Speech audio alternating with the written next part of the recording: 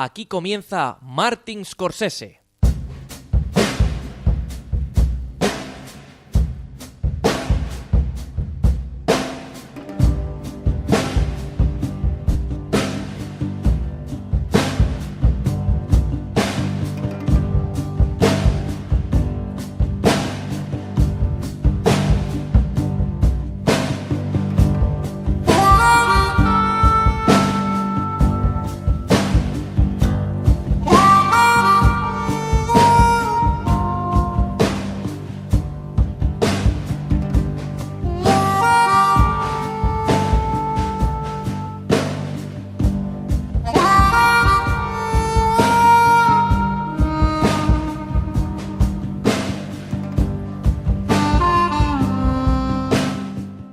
Hola, bienvenidas y bienvenidos a nuestro análisis de Martin Scorsese, director de cine. Bueno, evidentemente estamos realizando un producto especial porque vamos a analizar a 5 directores de cine que han marcado la historia reciente del mundo cinematográfico.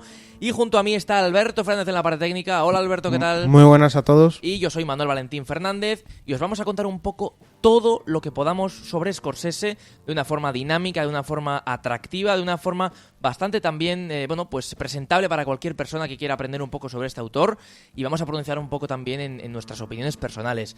¿De qué va a tratar este episodio? Bueno, pues primero os vamos a presentar la biografía del director en cuestión de una forma muy sencilla y su estilo y elementos destacables, muy importante porque luego os vamos a mencionar sus 5 mejores películas. Sí, tranquilos, os vamos a mencionar todas, vamos a comentaros todas y cada una de las películas que ha hecho, pero nos vamos a quedar con las 5 mejores. Así que promete ser un episodio, además de entretenido, bastante polémico, porque seguro que hay alguna que dejamos fuera que es de vuestras favoritas, o alguna que metemos en la lista que no os gusta en absoluto.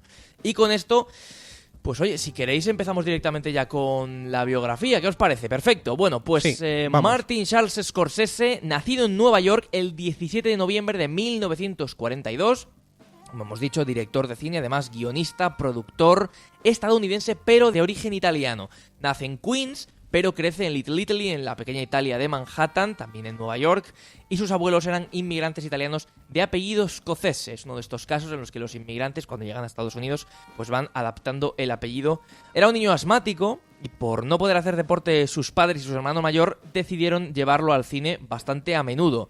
Su familia, de hecho, era bastante religiosa y él iba a ser un sacerdote católico, algo que luego vais a ver que tiene bastante relación con alguno de sus temas en sus sobre películas. Todo con los italianos. Sí, sobre todo eso. Pero se inclinó por el cine. Sus mayores influencias ha asegurado que son las epopeyas históricas, el neorrealismo italiano, la Nouvelle Vague francesa, así como los directores Ingmar Bergman, el famoso director sueco, recomiendo El séptimo sello, creo que es su mejor película, y Federico Fellini, autor de, por ejemplo, entre muchas otras, 8 y medio. Tras graduarse en filología inglesa, logra un máster en Bellas Artes, o sea que el hombre, la verdad, se aplicó bastante académicamente, realiza cortometrajes y un primer largometraje a los 25 años. Bien jovencito. Sí, y es que además pronto entrará en contacto con directores como Francis Ford Coppola, Steven Spielberg o Brian De Palma, todos ellos muy jovencitos, también nacidos a finales de los años 30, principios, mediados, finales de los años 40, y que bueno, pues marcarían evidentemente la historia del cine en las siguientes décadas. De hecho, estos directores le acabaron presentando a un joven actor llamado Robert De Niro, que le acompañará durante toda su carrera, efectivamente. Básicamente. Fue en la década de los 70 cuando pasa a ser de una joven promesa del cine a uno de los directores más importantes del planeta. Bueno, Scorsese sin duda es uno de los grandes autores de las últimas décadas, ¿no? Del medio siglo, pero queremos averiguar un poco cómo es su estilo y elementos destacables, y tenemos también bastantes cosas que contar. Sí, pasamos a la sección del estilo de su cine y los elementos destacables. Obviamente es un director que lleva muchos años en esta profesión y por lo tanto ha usado todo tipo de estilos, pero hay algunos que le caracterizan mucho, como puede ser que es uno de los creadores más destacados del movimiento conocido como el Nuevo Hollywood. ¿Qué podemos decir de esto, Manu? Bueno, pues a ver, básicamente en el modelo de cine estadounidense normalmente son los productores los que tienen sobre todo el mayor peso. Es al contrario que en el cine europeo. O sea, los productores son los jefes de la película y contratan a un director que tiene, dependiendo del estudio, dependiendo del proyecto, más o menos libertad. Exacto, y él es uno de los primeros. Exacto. En los que dice, yo hago mi mi película, Exacto. a mi estilo, vosotros ponéis el dinero y tenéis que confiar en lo que yo vaya a hacer. Y eso es difícil porque lógicamente se necesita mucho nombre para que haya un autor, ¿no? Pues que pueda hacer eso en un modelo como el que acabamos de describir. Pero poco a poco se va demostrando que su estilo pues va a funcionar y que no es nada mala idea dejar a unos muy buenos directores de cine hacer su propio proyecto. Sí, otra de las características típicas de Scorsese pues es que sus temáticas principales son la religión católica, como hemos dicho antes, la culpa, la salvación y la identidad ítalo-estadounidense y el crimen organizado que había en esa época. Sí, sobre todo, si nos damos cuenta, muchas de estas cuestiones las lleva desde pequeño, porque ya hemos dicho que su familia pues era muy católica, él siempre se identificó con, bueno, de hecho, como acabamos de decir, se iba a dedicar a ser cura, ¿no? Y además la identidad ítalo-estadounidense, pues lógicamente él viene de inmigrantes italianos, por lo tanto, pues como es evidente, tiene bastante relación con él. Además, cuida mucho la técnica, se suele preocupar bastante por la fotografía, por el montaje y no ignora la tecnología. Hemos dado mucha cuenta en algunas de sus recientes películas que sigue implementando cosas nuevas, no hace ningún asco a los efectos visuales y eso es bastante llamativo teniendo en cuenta que cuando inició su carrera pues esto era prácticamente impensable. Es un fanático también, como vamos a comentar, de cámara en mano. Le encanta el tirar de steadies, de cámaras en mano.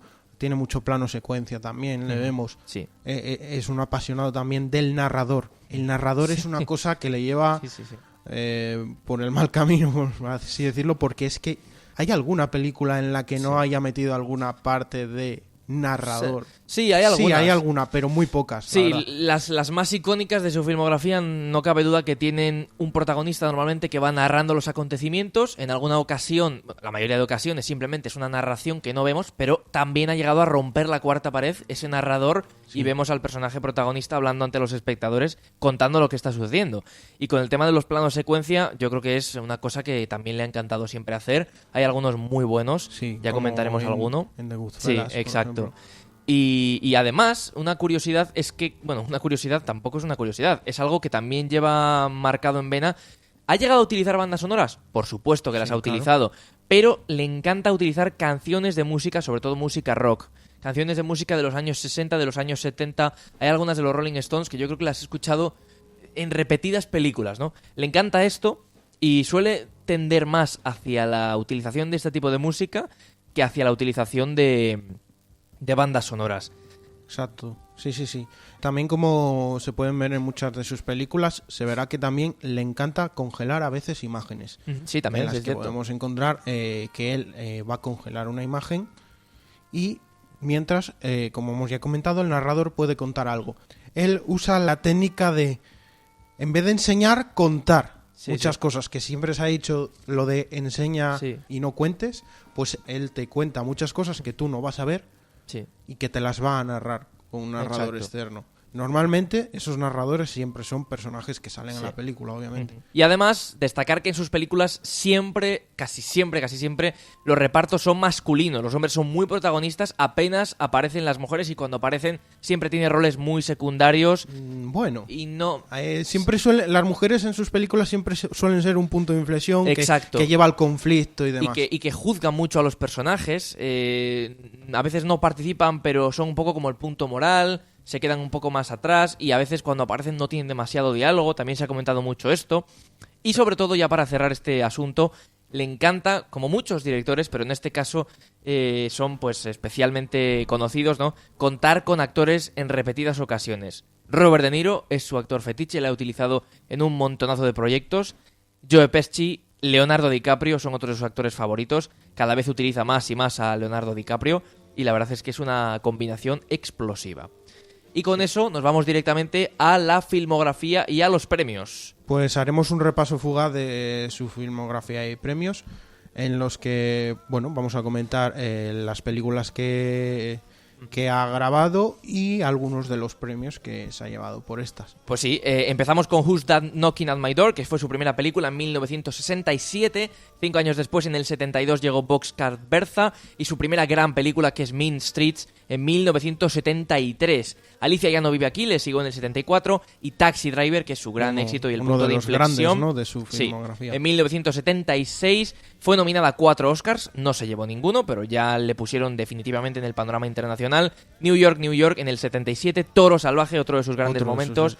2 Oscars de 8 nominaciones, que fueron para actor protagonista, Robert De Niro, y montaje. Aquí ya fue como el ascenso de De Niro también como actor. Correcto.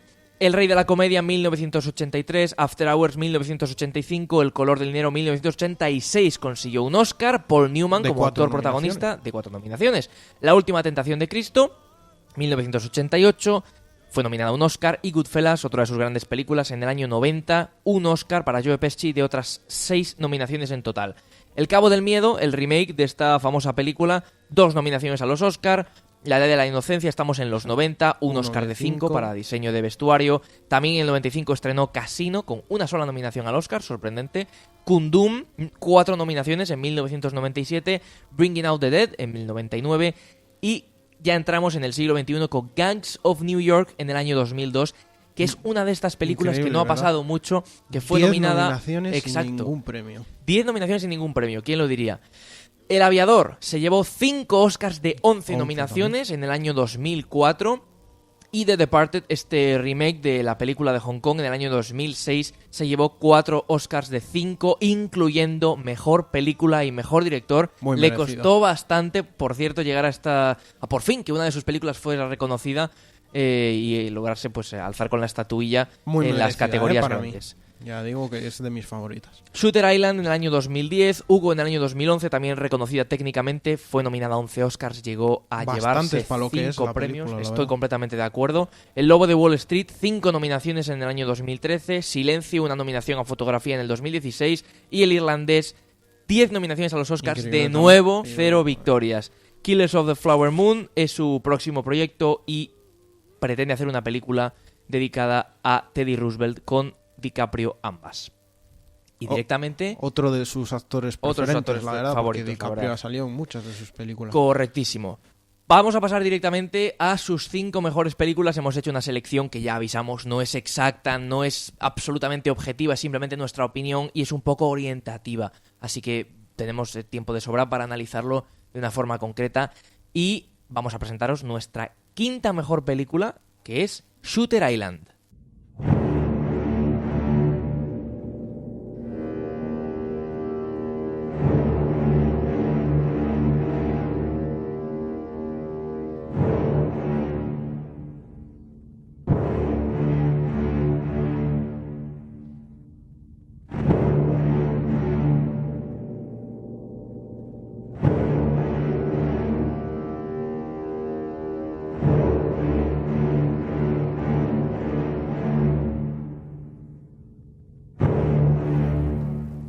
Y escuchando la música de Robbie Robertson iniciamos el comentario de la 5ª mejor película de Scorsese. Acabamos de mencionar que esta película del año 2010 no fue considerada ni en los Oscars, ni en los Globos de Oro, ni en los BAFTA, ni ningún tipo de gala de premios importante. Es curioso porque la verdad es que la película está muy bien. Como guión sobre todo, o sea. Exacto.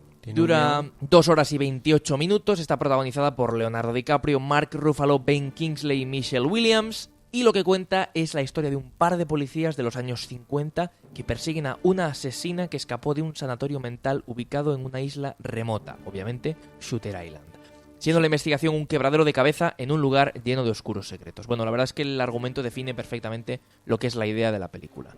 Y lo más llamativo, yo creo que cuando volví a ver esta película, es que no tiene nada que ver con lo que estamos habituados del estilo Scorsese. De Scorsese, exacto. Es de las pocas que se sale de su temática habitual. Y demuestra que Scorsese también tiene bastante, por no decir muchísima habilidad para, bueno, pues para hacer películas diferentes, ¿no? Hay quienes dicen que sus películas son bastante similares. La verdad es que ha hecho películas bastante diferentes. Un año después de Shooter Island estrenó Hugo, que poco tiene que ver con Shooter Island. Bueno, sí es de remarcar que esta es una de las películas que su final ha dado mucho que hablar, ¿no? Completamente cierto, porque yo no recordaba bien la película, recordaba su final, y al volver a verla he entendido perfectamente el porqué.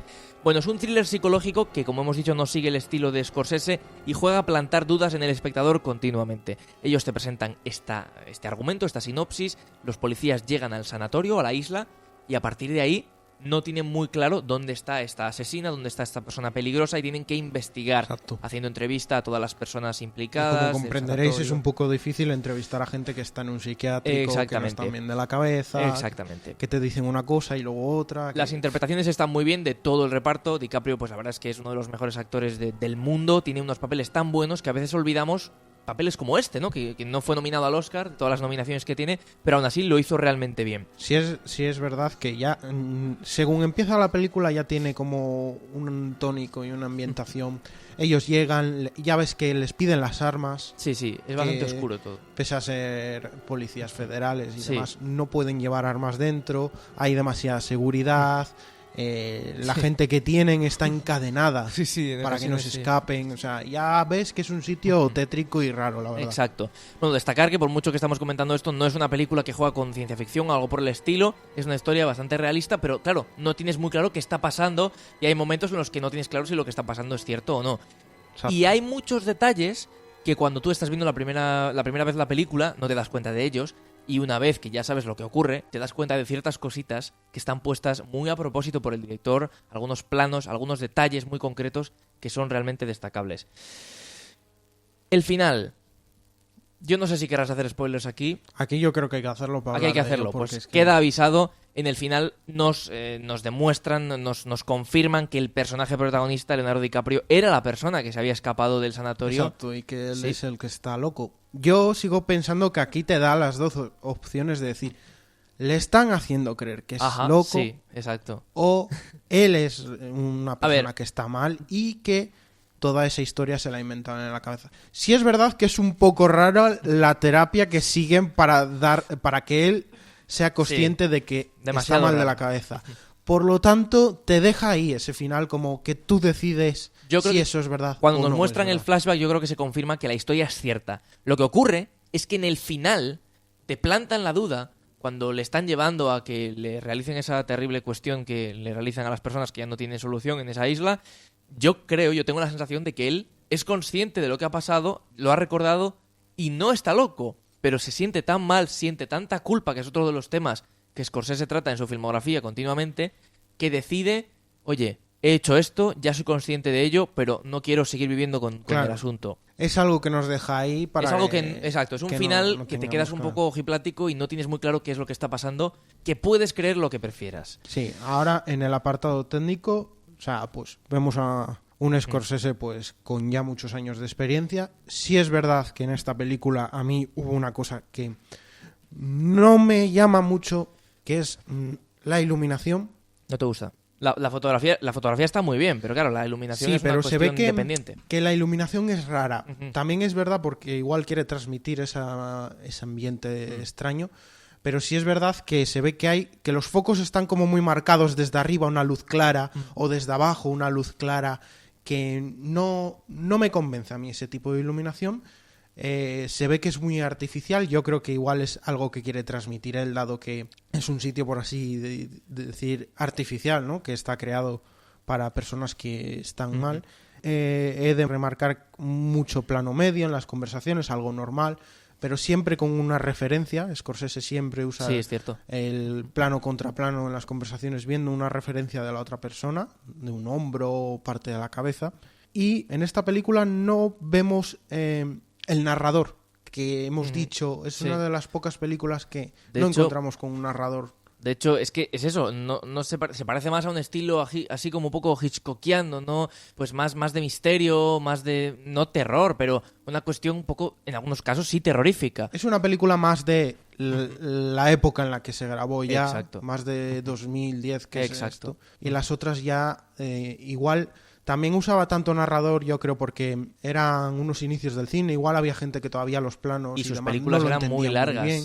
Y yo creo que sí se nota ya aquí una madurez, un cambio la época ya en la que estamos. Y ya para cerrar, con referencia pues al final, ¿no? Curioso que Scorsese quisiera hacer algo tan diferente, pero que, como decimos, no es que esté siempre anclado a un género. Y nuestra siguiente película, la cuarta mejor, que yo creo que Alberto quiere ponerla más arriba, no entiende que esté aquí. A mí, ya digo, el orden me da igual, se pueden cambiar hasta en directo, pero bueno, pero por seguir un poco Para mí sí. Sí.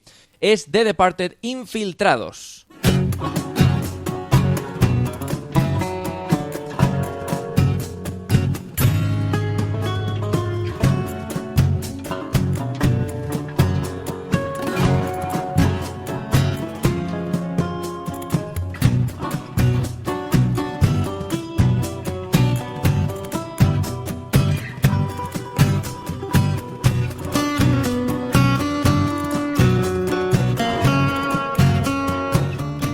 Bueno, esta película de 2 horas y media, protagonizada por Leonardo DiCaprio, Matt Damon, Jack Nicholson, Vera Farmiga y Mark Wahlberg, cuenta la historia de Billy Costigan, que es DiCaprio, policía del sur de Boston que trabaja de forma encubierta para infiltrarse en la organización mafiosa de Frank Costello, que es Jack Nicholson, en uno de sus últimos grandes papeles.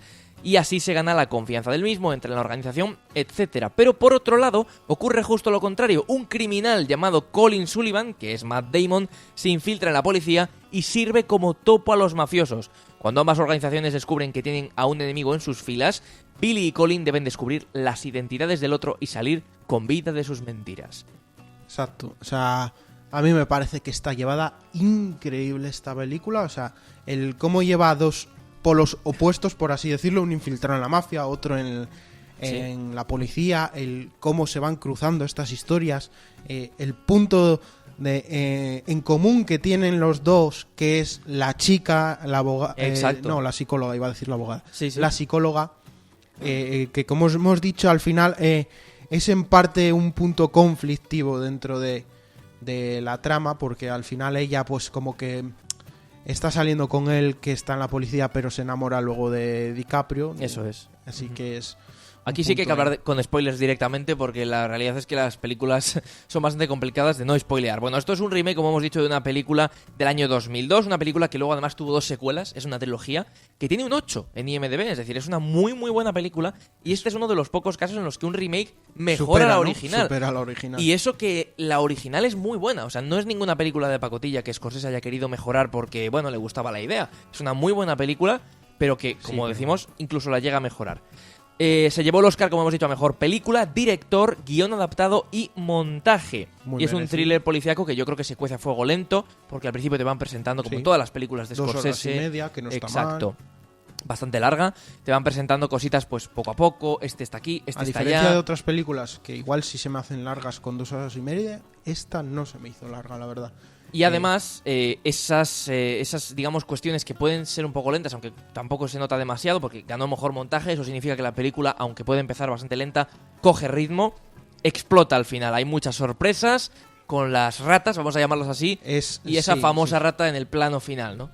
Sí, es un final muy atrevido, la verdad, el cómo acaba todo, madre mía, qué locura de película que acabo de ver. Exacto, pero... además es que es algo que no te esperas, que te sorprende por completo y que cambia completamente la sensación. Es una película que empieza lenta, pero que luego al final es todo una cosa detrás de la otra. Y una gran explosión final, pero literalmente, exacto. No porque hay una explosión, sino porque alguno de los personajes acaba bastante mal, alguno y unos cuantos. Sí, aquí también en la parte técnica yo sí me fijé que usa el picado y el contrapicado muchas veces para sus conversaciones, abundante plano de detalle también podemos encontrar en la película, mucho uso de un ligero zoom in, zoom out cuando están las conversaciones, incluso estás en una conversación y hay un ligero movimiento de cámara siempre, y hace algo que es muy difícil de llevar al cine en esta película, que es hacer un silencio, que es algo muy difícil, que es cuando ellos dos se llaman porque no saben quién es quién. Esa escena es muy buena. Se quedan ellos, cogen el teléfono y se quedan en silencio, cosa que es muy difícil de llevar al cine, el silencio. Y la verdad es que está llevado perfectamente. Como otra película que se llama Silencio, de Scorsese, que te gusta muchísimo. No, esa ya... Bueno, pasamos a la tercera mejor película del bueno de Marty, estrenada en 1995 y cuyo título fue Casino.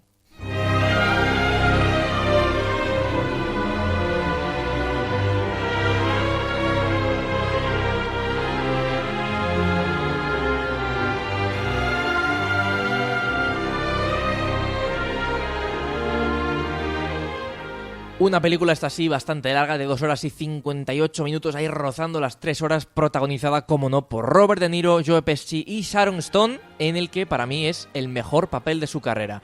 Cuenta la historia de Sam Ace Rothstein, un judío estadounidense dedicado a las apuestas deportivas y el juego de alto nivel. Es llamado por la mafia para que supervise las actividades de un casino ficticio llamado Tangiers en Las Vegas. Por su parte, Nicky Santoro, que gran personaje, un miembro de la mafia, es enviado a Las Vegas para asegurar que el dinero que se sacaba ilegalmente de las ganancias de Tangiers llegue a manos de los jefes de la mafia. Ace, Robert De Niro, también encontrará el amor en Ginger, como hemos dicho, Sharon Stone, aunque esto pronto dejará de ser un cuento de hadas. Es curioso, aquí quiero hacer un inciso, como las relaciones en las películas de Scorsese siempre empiezan muy bien y luego se convierten... Sí, siempre son como hermanos, son súper amigos. Sí, completamente. Y además es curioso porque cuando un personaje masculino empieza a salir con una chica, todo es maravilloso. Y todo se convierte en una pesadilla. Y como hemos dicho antes, la mujer es un punto de conflicto en esta película. Además, también. Muy correcto. Ella se vuelve una desquiciada. Sí. Aquí volvemos a lo típico de italoamericanos, el tema de la mafia. Aquí ya volvemos a el clásico, ¿no? Scorsese. Y además es curioso porque esta historia está basada en Frank Rosenthal, que es una persona real que dirigió los casinos Stardust, Fremont y Hacienda en Las Vegas para la mafia de Chicago a lo largo de los años 70 hasta los años 80, o sea que es una historia real. Sí. Bueno, a mí me gusta mucho cómo empieza la película. Aunque tengo un pequeño conflicto... Volvemos a lo de siempre. Narrador. Sí, completamente. Además es... Durante mucho tiempo, además. Demasiado, para mi gusto. Es mucho el tiempo que se narra aquí. La explosión inicial. Entramos directamente ya a destripar la película. La película comienza con Robert De Niro subiéndose a un coche y una gran explosión que vemos como termina con su vida. Bueno, no sabemos si se ha descuartizado o no, pero vemos que sale volando y ahí comienzan los títulos iniciales y nos traslada a todo lo que ocurrió anteriormente, que son las 2 horas y 45 minutos restantes. Y ahí es cuando vemos que ese personaje nos va contando. Exactamente. Cómo funcionaba, cómo iban los casinos. A mí, no lo he dicho, me gusta mucho Scorsese, me gusta mucho la narración y estas películas largas, pero para mi gusto, me parece que abusa. Aquí sí, exacto. Abusa mucho. Este film, no sé si abusa o no, pero tarda demasiado en arrancar porque cuenta y cuenta se hace y muy cuenta. Larga la película. Exacto. Hay mucha narración, muchísima música, que son ingredientes exitosos en Goodfellas, uno de los nuestros 5 años atrás. Yo creo que él quiso un poco replicar, con una historia diferente, pero quiso replicar ese estilo.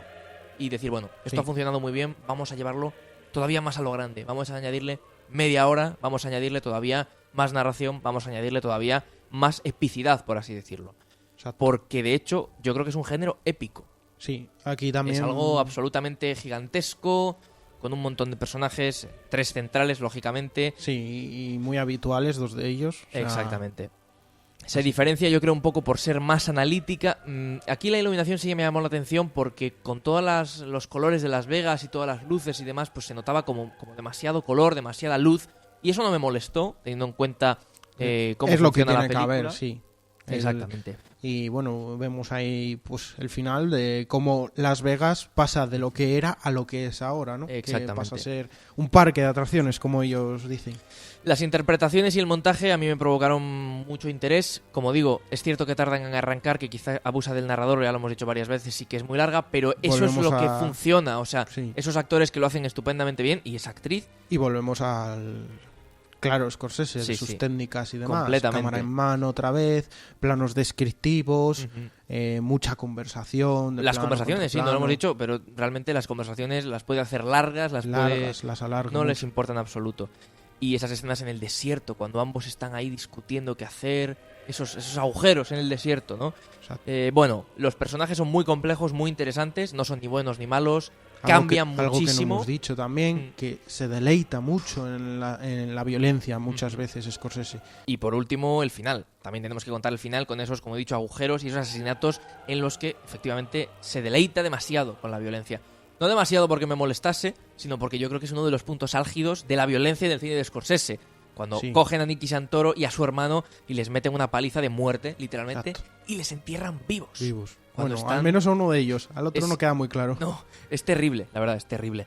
Y por último, vemos la escena del principio de Scorsese, de Casino, que yo decía, tengo sentimientos encontrados. Es que realmente Robert De Niro sobrevive a esa explosión. Exacto. Me hubiese gustado que no apareciese el cuerpo volando, simplemente hubiese una explosión. Acabado ahí. Pero bueno, sea como sea, la película es muy recomendable como nuestra segunda mejor película de Scorsese, Raging Bull, Toro Salvaje, estrenada en 1980.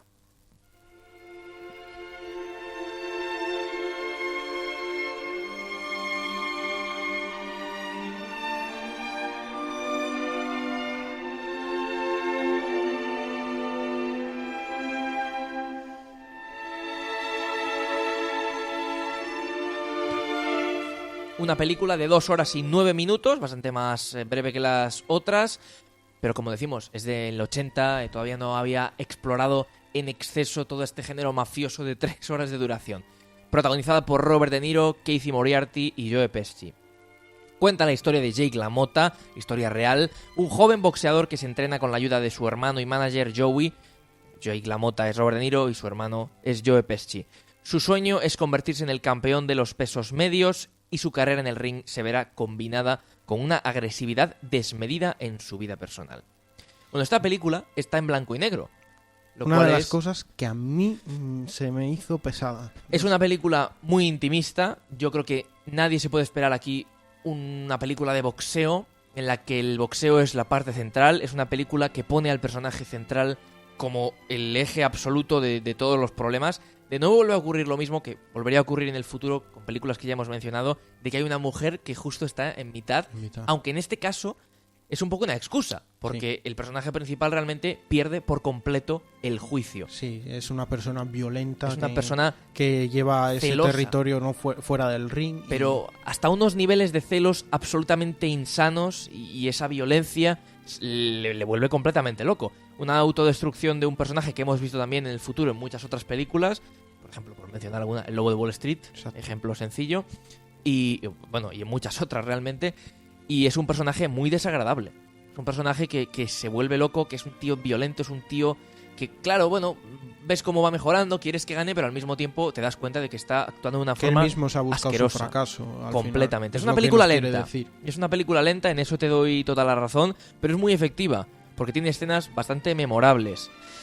Para mí el montaje es una pasada, es muy crudo, es muy violento y es sensacional. Y muy activo cuando está en combate. Es vemos muy ahí bueno. La cámara muy rápida, el combate para golpear y demás. Esa escena en la que, por ejemplo, él de la nada saca que su mujer se está acostando con su hermano sin tener ninguna prueba. Exacto. Y ella finalmente le pega una paliza. Le da la razón y le dice, sí, claro que lo he hecho.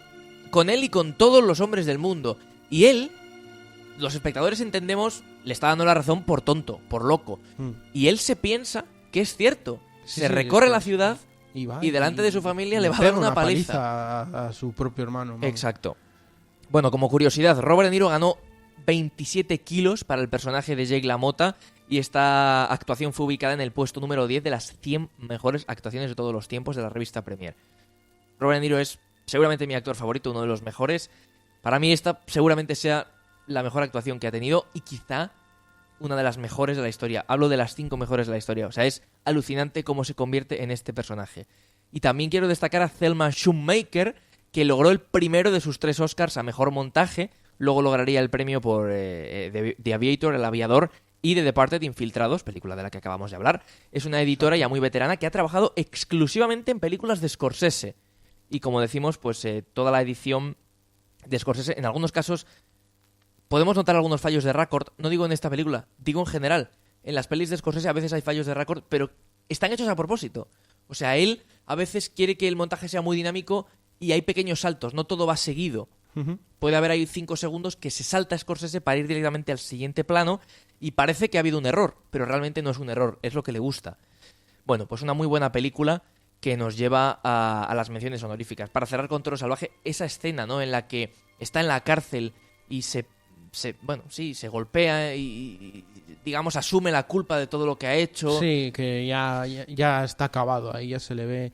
Luego vemos que abre un bar nocturno, que tiene problemas con la ley por temas de menores. Esa escena también es alucinante, la verdad. A mí eso me marcó mucho porque te sientes mal también por él y dices, ¿cómo este tío es tan estúpido y tan desgraciado? Pero bueno, en fin. Pasamos a las menciones honoríficas. Son muchas buenas películas, hemos tenido que hacerlo de una forma bastante rápida y breve para meter solo 5 porque estaríamos hablando de un episodio entero para cada película y pues obviamente no acabaríamos nunca. Y pasamos con las menciones honoríficas a hablar de Mean Streets, Malas Calles, una película bastante olvidada del año 73 que realmente merece la pena. Taxi Driver de 1976, El Rey de la Comedia de 1982, El Cabo del Miedo de 1991, Gangs of New York 2002, El Lobo de Wall Street 2013 y El Irlandés 2019. A mí me duele mucho no haber metido Taxi Driver El Rey de la Comedia, El Lobo de Wall Street y El Irlandés. Para mí esas 4 películas son excelentes, algunas más que otras, pero realmente son muy buenas, han pasado a la historia de la cultura popular y sí, pero ojalá tuviésemos otro episodio para hablar de ellas. Se alargaría mucho ya. Es imposible. Pero bueno, la realidad es que son películas excelentes, todas ellas merecen ser visionadas, y si tuviese que escoger una para meter, quizá por importancia histórica sería Taxi Driver. El Rey de la Comedia tiene un personaje genial y es realmente buena. El Lobo de Wall Street es otro peliculón y El Irlandés pues es la culminación de un género, ¿no? Y con esto pasamos a la película número 1, estrenada en 1990. Se tituló en España uno de los nuestros, su título original fue Goodfellas.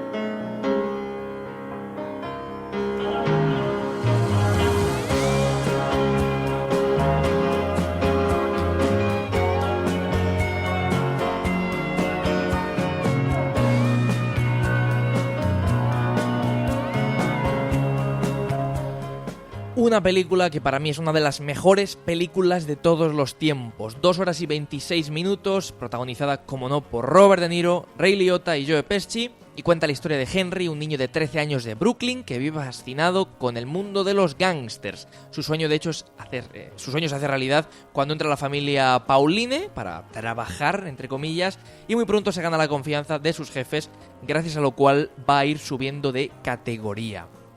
Bueno, esta película empieza con un prólogo de la infancia de Henry, aunque realmente la primera escena es todo lo que hemos dicho, un narrador una imagen congelada, una escena de violencia, mafia... Explicación, congelación de imagen, narrador... Sí. Volvemos al Scorsese de siempre. Henry narra toda la película, en la que es claramente para mí la mejor interpretación de la carrera de Ray Liotta, un ritmazo, unas interpretaciones geniales, un guión genial, escenas míticas, ¿no? Como el plano secuencia del restaurante, que son... pues casi 4 minutos, yo creo, de un plano secuencia en el que entra y te va mostrando todo el restaurante, todo poco a poco, gente, exacto, con todos los extras ahí trabajando. Sí, y muy costoso, ¿eh? Sí, es realmente costoso hacer ese tipo de planos y hay que aplaudir. Aquí vemos otra vez el recurso que comentaba yo antes, un silencio que tanto le gusta a Scorsese en el bar, ¿no? Cuando le... ¿Acaso me estás...? ¿Por qué soy yo gracioso? Vamos a escuchar luego un clip de esa escena, en este caso pues doblada, para que todos este programa pues está en español, la vamos a poner doblada en castellano. Ojalá la pudiésemos poner en versión original porque también es genial, o sea, es una pasada las interpretaciones de estas películas. Y esa escena a los 20-25 minutos de película, antes de la media hora, en la que Tommy DeVito, uno de los mejores personajes de la historia, le pregunta a Henry, oye, ¿qué te pasa? Que acabas de decir que soy gracioso, ¿por qué dices eso, no? Sí. Y le hace ver que le va a matar o que se ha enfadado. Claro. Realmente todo es un chiste magistral del silencio. Exacto. Y esas interpretaciones, ese momento en el cual te asustas de Joe Pesci porque dices, bueno, este tipo es realmente violento, es un enanito gruñón, ¿no? Además luego esa escena vuelve a... Bueno, le pega una paliza a un tipo... Bueno, no una paliza, pero le da como una copa en la cabeza a un tipo que le viene a pedir unas cuentas que no ha pagado y demás. Y entonces le vuelve a decir al final, ¡jo, qué gracioso eres!, ¿no? Y entonces el otro ya saca el arma en modo ya de broma, ¿no? Y se lanza incluso contra él. Ya, bueno, otra película también en la que vemos que se deleita en escenas violentas, cuando el otro además se le ve que se carga a un chico. Exactamente. Que les estaba sirviendo. Bueno, esa escena me parece brutal. Esa escena, ejemplo perfecto de ese personaje en la que hay un camarero, el camarero araña, Spider le llaman, en la que le toma un poco el pelo y tal y le pega un tiro en el pie y al cabo de unos minutos volvemos a ver como le vuelve a decir lo mismo, no te quejes, eres un quejica, tal. Y le dice, vete, tal, ¿no? Le dice una burrada y Robert De Niro, el personaje de Robert De Niro, le dice al de Joe Pesci, oye, ¿qué pasa? ¿Que le vas a permitir que te hable así? Y se le cruza el cable y le mata. Exacto, le pega de tiros directamente, ¿no?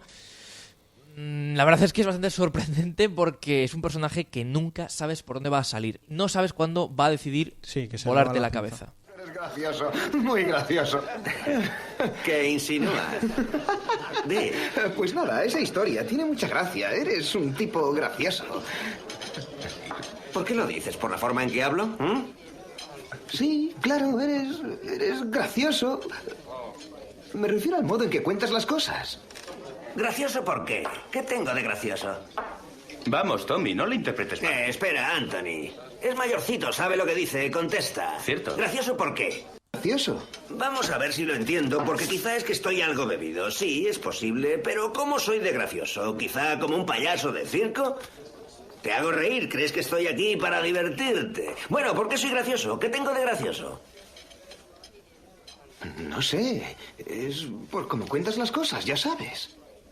No, yo no lo sé, lo dices tú. Tú eres el que dices que soy gracioso. ¿Por qué demonios soy gracioso? Vamos, ¿qué tengo de gracioso, Dime, ¿qué tengo de gracioso?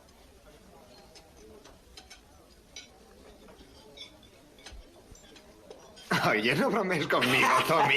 No, Será que me ha descubierto. Casi se la... Una escena genial que realmente llama la atención. Voy a destacar por un momento a los actores de doblaje de esta escena, ya que la hemos puesto doblada en castellano, que son Pedro Molina, es Ray Liotta, y Antonio Lara es Joe Pesci.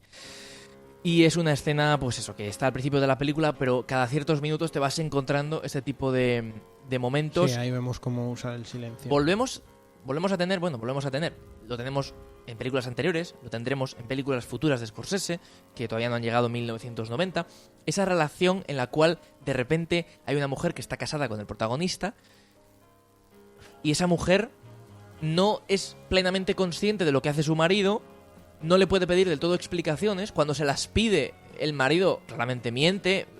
Son cuestiones que, realmente nos hacen ver que cuando ella, digamos, toma un poco el control, él no permite que tome el control, entonces la relación se vuelve realmente horrible, ¿no? Y lo repite mucho en las diferentes películas, ¿no? Y esta escena de Eres gracioso es mi escena favorita, pero mi secuencia favorita, casi del cine, por lo menos de la filmografía de Scorsese, es la que se escucha la canción que hemos puesto de Laila, de Eric Clapton. Es una secuencia en la cual ya se ha terminado la fiesta, es una secuencia en la cual los mafiosos ya están totalmente con el agua al cuello, y entonces el personaje de Robert De Niro decide, y aquí ya entramos con spoilers, acabar con todas las personas que saben lo que ha ocurrido. Y ese momento en el cual aparece ese mafioso en el congelador de carne, en el camión de carne congelado, y el final, que también queremos destacar el final, la traición, pero no por arrepentimiento, por interés personal. También se ha criticado quizá un poco a Scorsese, que puede glorificar un poco este tipo de películas, la mafia o la locura de los estafadores y las drogas en el Lobo de Wall Street. Yo no creo que lo glorifique, porque ¿cómo acaban los personajes siempre? Siempre acaban mal. Siempre acaban mal. Siempre, o les pillan, o solos, o acaban muertos, o tristes, o muertos, completamente arrepentidos. No arrepentidos del todo, pero sí dándose cuenta de lo que ha ocurrido. En este caso, por ejemplo, el personaje principal no se arrepiente. No se arrepiente, pero les traiciona simplemente por tener un piso de protección oficial y olvidarse de los problemas. Lo cual, pues habla bastante también del personaje de Ray Liotta. Una historia real, por cierto. No lo hemos dicho, creo, pero es una historia real. Los nombres, como casi siempre, los va cambiando, pero los personajes son reales. Sí, siempre. Una curiosidad para cerrar esta película: no ganó el Oscar a Mejor Película en 1990. Perdió ante Bailando con Lobos, que está bien, pero evidentemente no tiene este nivel. También estuvo nominada El Padrino Parte 3, tampoco ganó. Pero Joe Pesci, por este personaje de Tommy DeVito, sí se lo llevó como mejor actor de reparto. ¿Y sabes cuál fue su discurso? Thank you. Cogió el premio y se fue. Simple.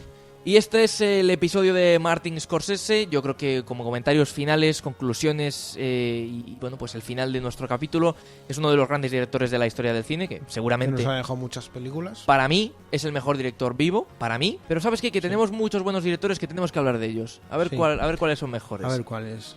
Yo creo que ha logrado definir un estilo muy exitoso, ha sumado un número increíble de películas excelentes durante, lo más importante, 50 años de carrera. Y con eso nos despedimos. Que la gente vea las películas de Scorsese, y con toda esta información que le hemos dado estoy seguro de que las van a disfrutar mucho más, y en el caso de que ya las hayan visto, pues las verán con otros ojos y las podrán volver a ver y disfrutarlas aún más.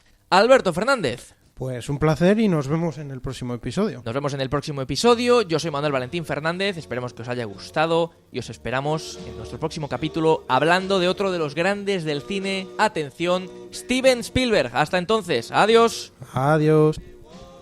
Still